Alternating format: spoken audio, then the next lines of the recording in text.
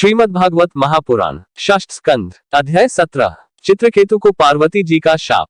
श्री सुखदेव जी कहते हैं, परीक्षित, विद्याधर चित्रकेतु जिस दिशा में भगवान संकर्षण अंतर्धान हुए थे उसे नमस्कार करके आकाश मार्ग से स्वच्छंद विचरने लगे। महायोगी चित्रकेतु करोड़ों वर्षों तक सब प्रकार के संकल्पों को पूर्ण करने वाली सुमेरु पर्वत की घाटियों में विहार करते रहे। उनके शरीर का बल और इंद्रियों की शक्ति अक्षुण्ण रही। बड़े बड़े मुनि सिद्धाचारण उनकी स्तुति करते रहते। उनकी प्रेरणा से विद्याधरों की स्त्रियां उनके पास सर्वशक्तिमान भगवान के गुण और लीलाओं का गान करती रहती।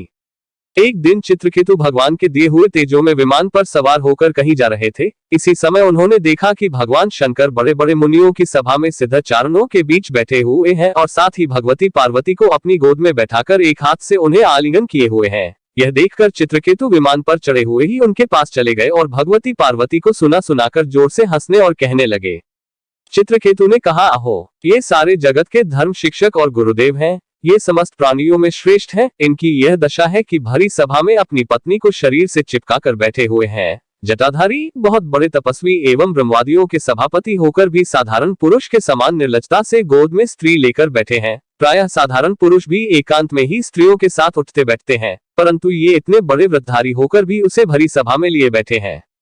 श्री सुखदेव जी कहते हैं, परीक्षित, भगवान शंकर की बुद्धि अगाध है। चित्रकेतु का यह कटाक्ष सुनकर वे हंसने लगे, कुछ भी बोले नहीं। उस सभा में बैठे हुए उनके अनुयायी सदस्य भी चुप रहे। चित्रकेतु को भगवान शंकर का प्रभाव नहीं मालूम था, इसी से वे उनके लिए बहुत कुछ बुरा भला बक रहे थे। उन्हें इस बात का घमंड हो गया था कि मैं जितेंद्रिय हूँ। पार्वती जी ने उनकी यह धृष्टता देखकर क्रोध से कहा, पार्वती जी बोली, हो, हम जैसे दुष्ट और निर्लजों का दंड के बल पर शासन एवं तिरस्कार करने वाला प्रभु इस संसार में यही है क्या? जान पड़ता है कि ब्रह्मा जी, भृगु, नारद आदि उनके पुत्र, संकादि परमर्षि, कपिलदेव और मनु आदि बड़े बड़े महापुरुष धर्म का रहस्य नहीं जानते, तभी तो वे धर्म मर्यादा का उल्लंघन करने वाले भगवान शिव को इस काम से नहीं रोकते। ब्रह्मा आदि समस्त महापुरुष जिनके चरण कमलों का ध्यान करते रहते हैं, उन्हीं मंगलों को मंगल बनाने वाले साक्षात जगत गुरु भगवान का और उनके अनुयायी महात्माओं का इस अधम क्षत्रिय ने तिरस्कार किया है और शासन करने की चेष्टा की है। इसलिए यह ढीठ सर्वथा दंड का पात्र है। इसे अपने बड़प्पन का घमंड है। यह मूर्ख भगवान श्रीहरि के उन चरण कमलों में रहने योग्य नहीं है जिनकी उपासना बड़े बड़े सत्पुरुष किया करते हैं। चित्रकेतु को संबोधन कर, अतः दुर्मते, तुम पापमय असुर योनि में जाओ। ऐसा होने से बेटा तुम फिर कभी किसी महापुरुष का अपराध नहीं कर सकोगे। श्री सुखदेव जी कहते हैं, परीक्षित, जब पार्वती जी ने इस प्रकार चित्रकेतु को शाप दिया तब वे विमान से उतर पड़े और सिर झुकाकर उन्हें प्रसन्न करने लगे। चित्रकेतु ने कहा, माता पार्वती जी, मैं बड़ी प्रसन्नता से अपने दोनों हाथ जोड़कर आपका शाप स्वीकार करता हूँ, क्योंकि देवता लोग मनुष्यों के लिए जो कुछ कह देते हैं वह उनके प्रारब्ध अनुसार मिलने वाले फल की पूर्व सूचना मात्र होती है। देवी, यह जीव अज्ञान से मोहित हो रहा है और इसी कारण इस संसार चक्र में भटकता रहता है तथा सदा सर्वदा सर्वत्र सुख और दैक भोगता रहता है। माता जी, सुख और दैक को देने वाला न तो अपना आत्मा है और न कोई दूसरा।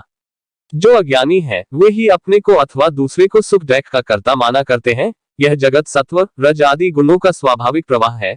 इसमें क्या शाप, क्या अनुग्रह, क्या स्वर्ग, क्या नरक और क्या सुख, क्या दैक, एकमात्र परिपूर्णतम भगवान ही बिना किसी की सहायता के अपनी आत्मस्वरूपिणी माया के द्वारा समस्त प्राणियों की तथा उनके बंधन, मोक्ष और सुख दैक की रचना करते हैं।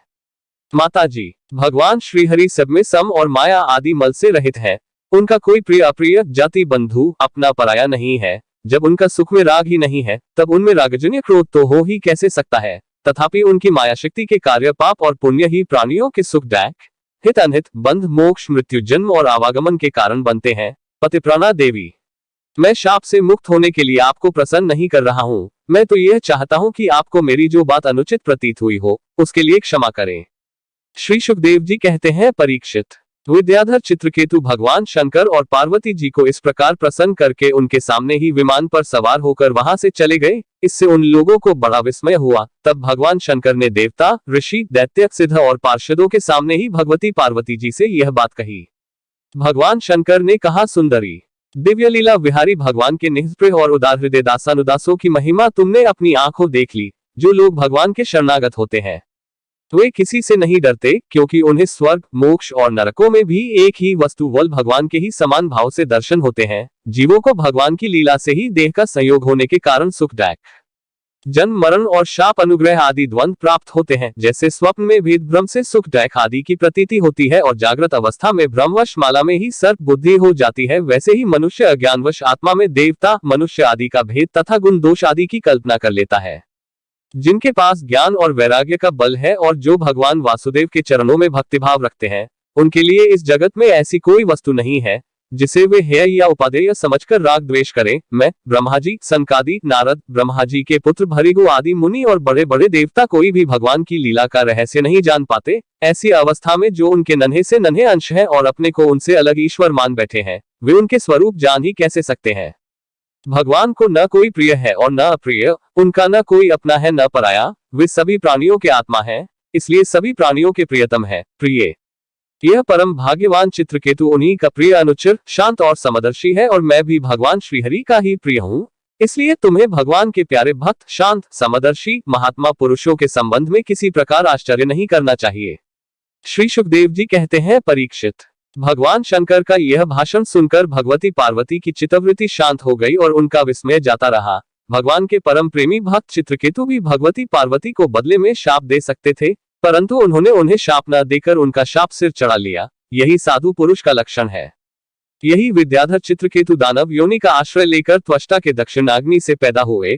वहां इनका नाम वृत्रासुर हुआ और वहां भी ये भगवत स्वरूप के ज्ञान एवं भक्ति से परिपूर्ण ही रहे।